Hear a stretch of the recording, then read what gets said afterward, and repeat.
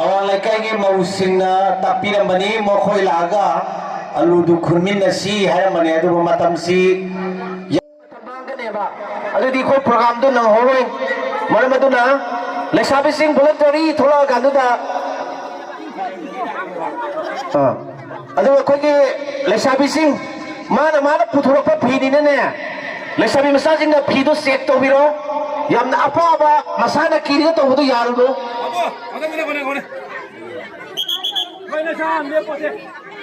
Masagi wajare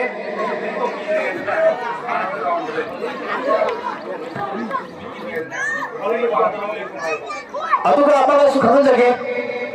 mosing mun tawo mi to ki dringa da apne thamjari ba thauri digi wa ma pare ni pare koi le po hore na koi adu digi pulap thola phuma tamda na ta isa ba thauri digi wa ma da law koi na le piro abu khasu khana jage koi na circle ki mong da thamjari ba thauri do adugi wa ma da pare le piro pare koi le piro adu sakhari ki alu le lai ba mo din ba lai bag में ले हारे से खाई गुड़ी को kibble है कादर से खाई जी अतः तो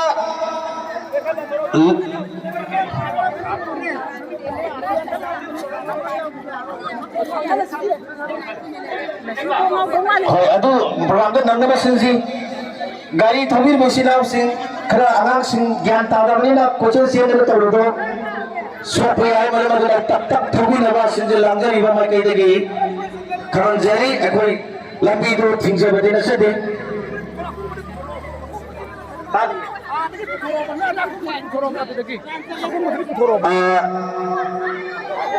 अकोई की बलब जो बेसिन ना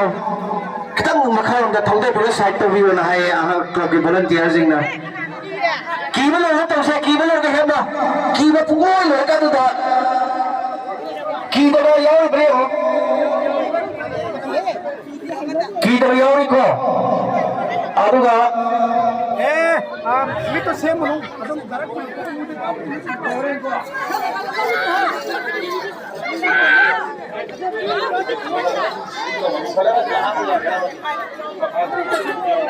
लोगेना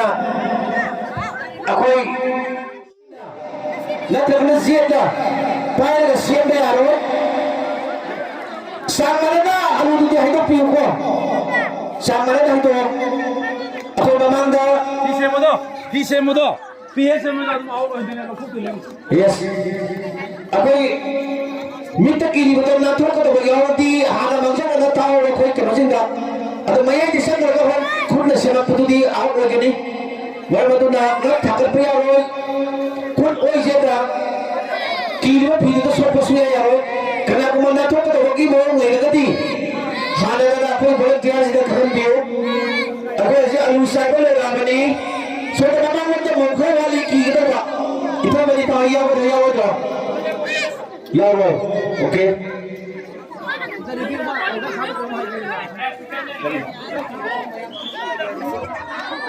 pa ma le hai ni na pino ya re hai kana to pisiglen to भी होगा वो नहीं आ रहा है लोग है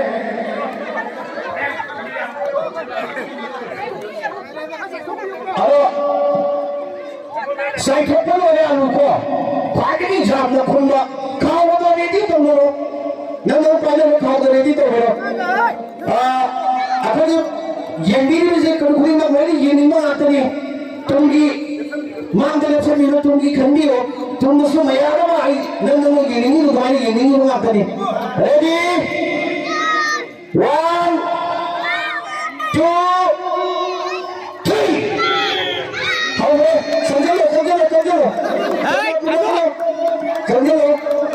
याना आदि ले जावी से खुलानी थातवा ये जावी हुजो मियां ना सरबती है ना खाना वाले जावी तो याना फले खुले अदु के इबे हाई भी से याना फले खुले याना फले ताप ना में ताता में खाने की याना तुम तो जब आपने होगी भाई तुम तो हुतो में सब चलो मांगी कबू तो चलो सब चलो ऐसे लेम जाओ भी मियां ना सरबती है ना खाना वाला अकोई की इतनी मासीना या आपने फले खुलानी मागा मारे दे को खोम दरा खोम चले मारे खुलानी तो ऊपर खिल लगा खुलने लगा था अब उसी जाम ने पे चले और ꯑꯝꯇ ꯍꯥꯏꯖꯒꯦ ꯍꯧꯗꯣꯡ ꯑꯋꯥꯡꯕꯤ ꯁꯔꯕꯇꯤ ꯑꯩꯈꯣꯏ ꯏꯅꯥꯎ ꯃꯥꯂꯛꯄꯒꯤ ꯑꯩꯈꯣꯏꯒꯤ ꯏꯕꯦꯝꯃꯅꯤ ꯌꯥꯝꯅ ꯐꯖꯅ ꯈꯨꯜꯂꯤ ꯂꯣꯏꯗꯕ ꯈꯨꯜꯂꯕꯅꯤꯀꯣ ꯂꯩꯔꯤ ꯑꯂꯨ ꯂꯣꯏꯗꯕ ꯈꯨꯜꯂꯣ ꯑꯂꯨ ꯂꯣꯏꯗꯕ ꯈꯨꯜꯂꯣ ꯍꯧꯖꯤꯛ ꯌꯥꯝꯅ ꯀꯟꯅ ꯍꯧꯖꯤꯛ ꯑꯂꯨꯁꯤ ꯂꯩꯔꯤ ꯇꯨꯡꯗꯁꯨ ꯇꯨꯡ ꯅꯣꯏꯅ ꯃꯥꯡꯗ ꯄꯇꯥ ꯇꯥꯟꯅꯔꯦ ꯇꯨꯡꯗꯁꯨ ꯃꯌꯥꯝ ꯑꯃ ꯂꯩꯔꯤꯌꯦ ꯇꯨꯡꯗꯁꯨ ꯃꯌꯥꯝ ꯑꯃ ꯂꯩꯔꯤ ꯇꯨꯡꯗꯁꯨ ꯃꯌꯥꯝ ꯂꯩꯔꯤ ꯃꯥꯅꯣ ꯑꯁ लेरे आलू आलू तुंगल लेरे आलू तुंगल लेरे होरे दी जोबगा ते जोक्साका आलू इसके तो ढाkai तकाई खाए रे इरोन बदा हाउ का दबा तो बोला आलू वाक नहीं लेकिन थंग बदा फोम खाए रबा अदु लबा आसाम की जवानी ले जा जवानी ले रे कोई आसाम की थी फोपा आलू ने आलू ना या ता हाउ बा जोक्साका इरोन बदा नमसे लगना होय मुबी जास लगा तो वो मतलब जा अचुमती हाउ का दबा आलू ने अको ममांग की शहीदा अको ना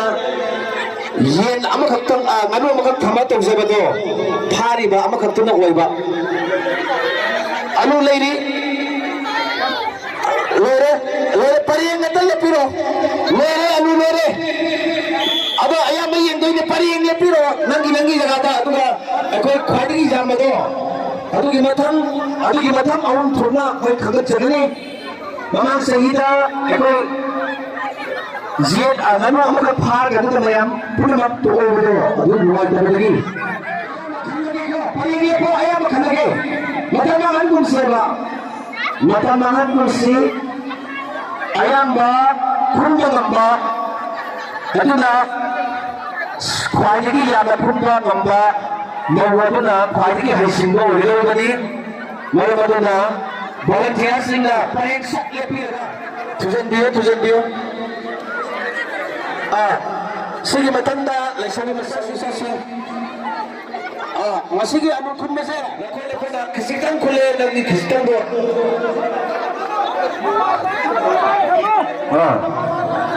wedana pariyang biro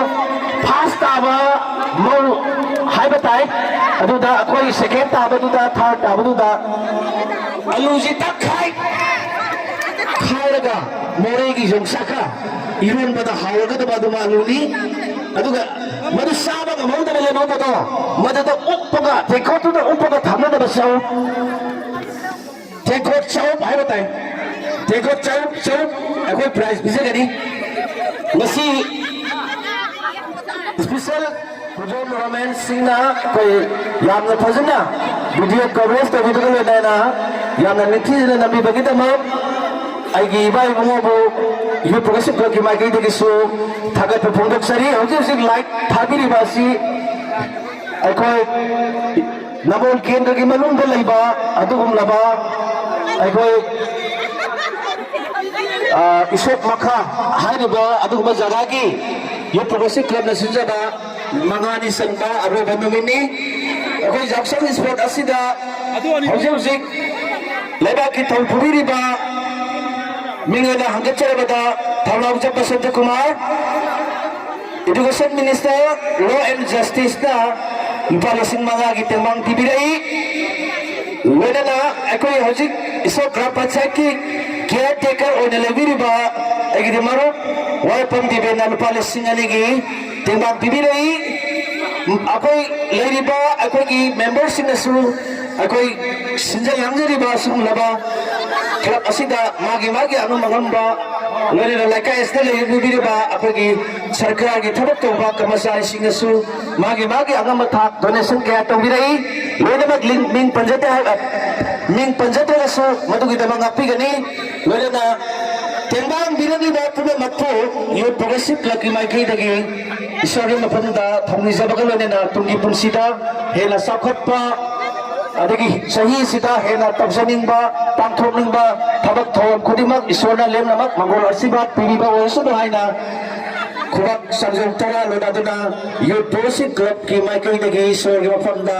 thongni jari akoi khwadi yamna khumna alu gi khumna ngama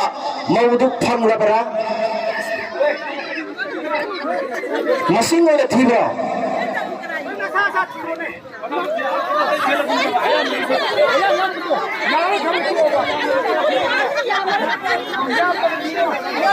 Salam na miyang di yung gatong gula yata po.